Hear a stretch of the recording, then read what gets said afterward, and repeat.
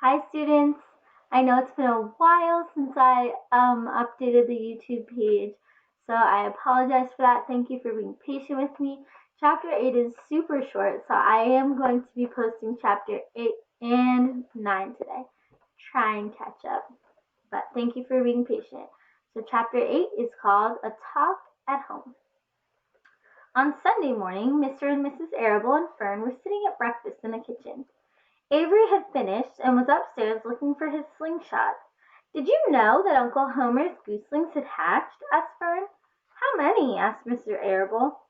"7," replied Fern. "There were 8 eggs, but one didn't hatch, and the goose told Templeton she didn't want it any more, so he took it away." "The goose did what?" asked Mrs. Arable, gazing at her daughter with a worried look. "Told Templeton that she didn't want the egg any more," repeated Fern. "Who's Templeton?" asked Mrs. Arable. "He's the rat," replied Fern. "None of us like him very much." "Who's us?" asked Mr. Arable. "Oh, everybody in the barn cellar. Wilbur and the sheep and the lambs and the goose and the gander and the gooselings and Charlotte and me." "Charlotte?" said Mrs. Arable. "Who's Charlotte?" "She's Wilbur's best friend. She's terribly clever." "Well, what does she look like?" asked Mrs. Arable. "Well, said Fern, thoughtfully. "She has 8 legs. All spiders do, I guess." "Charlotte is a spider?" asked Fern's mother. Fern nodded. "A big gray one. She has a web across the top of Wilbur's doorway.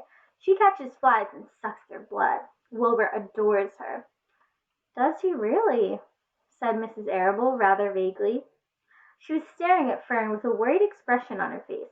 "Oh, yes, Wilbur adores Charlotte," said Fern.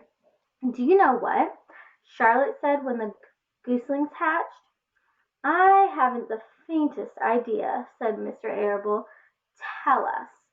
"Well, when the first gooseling stuck its head out from under the goose, I was sitting on my stool in the corner, and Charlotte was on her web. She made a speech. She said, 'I am sure that every one of us here in the barn cellar will be gratified to learn that after 4 weeks of unremitting effort and patience on the part of the goose, she now has something to show for it.' Don't you think that was a pleasant thing for her to say?" "Yes, I do," said Mrs. Arable. "And now, Fern, it's time to get ready for Sunday school, and tell Avery to get ready. And this afternoon you can tell me more about what goes on in Uncle Homer's barn. Aren't you spending a lot of time there? You go there almost every afternoon, don't you?" "I like it there," replied Fern. She wiped her mouth and ran upstairs. After she had left her room, Mrs. Arable spoke in a low voice to her husband. "I worry about Fern," she said. "Did you hear that she rambled on about the animals, pretending they talk?" Mr. Arable chuckled. "Maybe they do talk," he said. "I've sometimes wondered.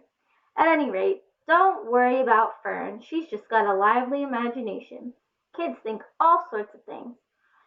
"Just the same, I do worry about her," replied Mrs. Arable. "I think I shall ask Dr. Dorian about her the next time I see him.